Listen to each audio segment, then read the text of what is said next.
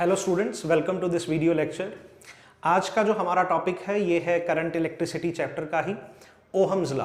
तो बड़ा इंपॉर्टेंट है, पेपर में हर बार क्वेश्चन आता है, तो let us study it carefully. Ohm's law क्या कहता है जी कि the current flowing through the conductor is directly proportional to the potential difference applied across it. किसी भी कंडक्टर में, किसी भी वायर में, किसी भी तार में कितना करंट फ्लो हो सकता है ये डिपेंड करता है कि उसके अक्रॉस आपने कितना पोटेंशियल दिया है। मैथमेटिकली बात करें तो जो I है, current is directly proportional to potential का मतलब V, या इसको ऐसा लिख लें V is proportional to I। अगर इस प्रोपोर्शनलिटी को मैं हटाता हूं तो इसकी जगह पे कोई कांस्टेंट लगाना पड़ेगा। उस कांस्टेंट का हमने एक नाम रख दिया R का मतलब है रेजिस्टेंस। और रेजिस्टेंस को हम मेजर किस में करते हैं, इसका जो यूनिट माना जाता है दैट इज कॉल्ड ओहम।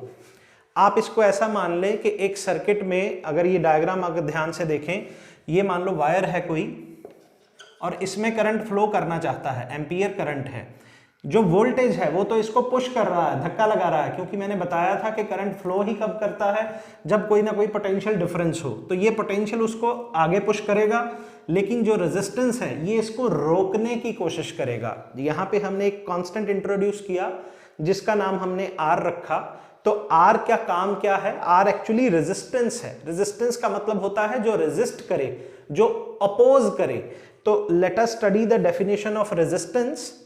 तो रेजिस्टेंस क्या है? It is the opposition offered by a conductor to the flow of electric current through it. तो देखिए, मैंने अभी बताया यहाँ पे कि इस वायर में अगर करंट फ्लो करना चाहता है तो जो उसको रोकने का काम करता है वो कौन करेगा जी? वो करेगा रेजिस्टेंस।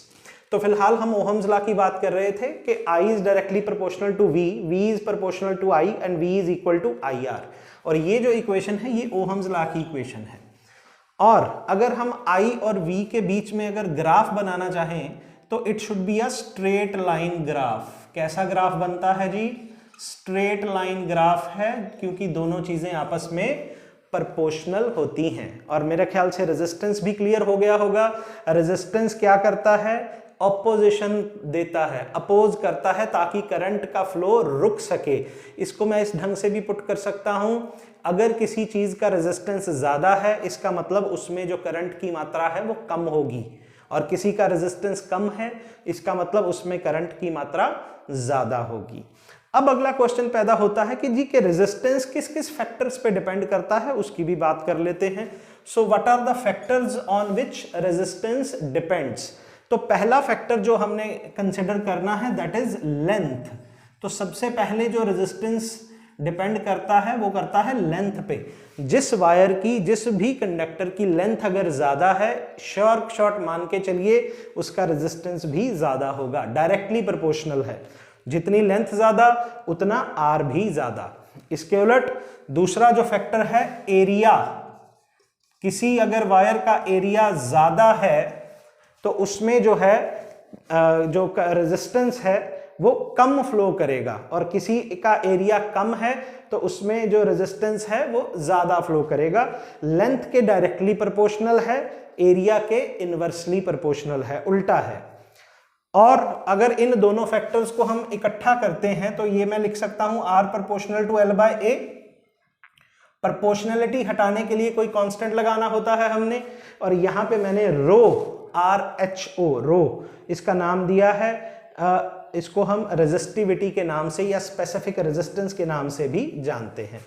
कोई और फैक्टर भी है जिस पे रेजिस्टेंस डिपेंड करता है? जी हाँ, नेचर ऑफ मटेरियल। हम जानते हैं कुछ केसेस में जैसे लकड़ी हुई या रबड़ हुई या वुड हुई, उसमें क्या है, करंट फ्लो नहीं करता या बहुत कम करता है। इसका मतलब उसका रेजिस्टेंस ऑटोमेटिकली नेचुरली ज्यादा है as compare to metals. Temperature, जितना किसी का टेम्परेचर आप कंडक्टर में बढ़ाएंगे उसका रेजिस्टेंस भी बढ़ता जाएगा। तो ये कुछ एक फैक्टर्स हैं जिन पे करंट की रेजिस्टेंस की वैल्यू जो है वो डिपेंड करती है। दोबारा रिपीट कर रहा हूं, पहला फैक्टर था लेंथ, दूसरा था एरिया, तीसरा नेचर ऑफ मटेरियल एंड चौथा इज टेम्परेचर। तो इन फैक्टर्स पे जो है वो रेजिस्टेंस की वैल्यू जो है वो डिपेंड करेगी। इसका जो सिंबल इसका रेजिस्टेंस का जो सिंबल माना जाता है दैट इज दिस। इसको हम ओहम बोलते हैं, ओहम इसका यूनिट है। कितने ओहम का रेजिस्टेंस है तो ओहम इसको मापने का यूनिट है। अब क्या कोई ऐसा है कि जिसमें हम कोई ऐसा केस हो सकता है जिसमें हम रेजिस्टेंस की वैल्यू ही जीरो कर दें। हमने अभी बताया कि रेजिस्टेंस एक्चुअली में करता क्या है, ये करंट के फ्लो को रोकता है। क्या कोई ऐसा सिचुएशन या ऐसा कोई मटेरियल बना है जिसमें हम रेजिस्टेंस को बिल्कुल नेग्लिजिबली जीरो कर दें?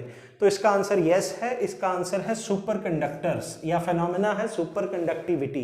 देखिए साइंटिस्ट लोगों ने क्या किया, उन्होंने एक एक्सपेरिमेंट किया कि किन्हीं मटेरियल्स के केस में अगर उसको बहुत ज़्यादा कूल डाउन कर दें, कूल डाउन करने का मतलब उनका टेम्परेचर बहुत बहुत बहुत कम कर दें, अप्रॉक्सीमेटली 196 डिग्री सेल्सियस तक ले जाएं, तो उन्होंने ये देखा कि जो R की वैल्यू है वो जीरो हो जाती है, ऑलमोस्ट नेग्लिजिबली जीरो रेजिस्टेंस। इसका मतलब एक बार करंट छोड़ दिया तो उसमें थ्रू आउट वो चक्कर लगाता रहेगा और रेजिस्टेंस कोई रोकने वाली, कोई अपोज करने वाली चीज है ही नहीं। तो उन मटेरियल्स को साइंटिस्ट लोगों ने क्या बोला, उन्होंने बोला जी ऐसे मटेरियल्स कहलाएंगे सुपर कंडक्टर्स, और and this phenomena is called super conductivity. और जो हमारी MRI मशीन्स हैं, आप जानते हैं हॉस्पिटल्स में MRI होती है, या सुपर कंप्यूटर्स हैं, इनमें इन सुपर कंडक्टर्स का प्रयोग होने लग गया है ऑलरेडी। तो ये था कुछ इसके बारे में। अब रेजिस्टेंस के साथ एक चीज आई रेजिस्टिविटी, और रेजिस्टिविटी को अगर मैं उल्टा कर दूं, रेसिप्रोकल कर दूं, तो उसको हम नाम देंगे conductivity, sigma.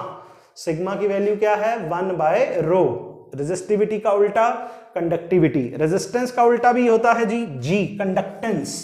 G is equal to 1/R। कोई चीज कितना ज्यादा फ्लो ऑफर करती है उसको हम कंडक्टेंस की भाषा में मापते हैं।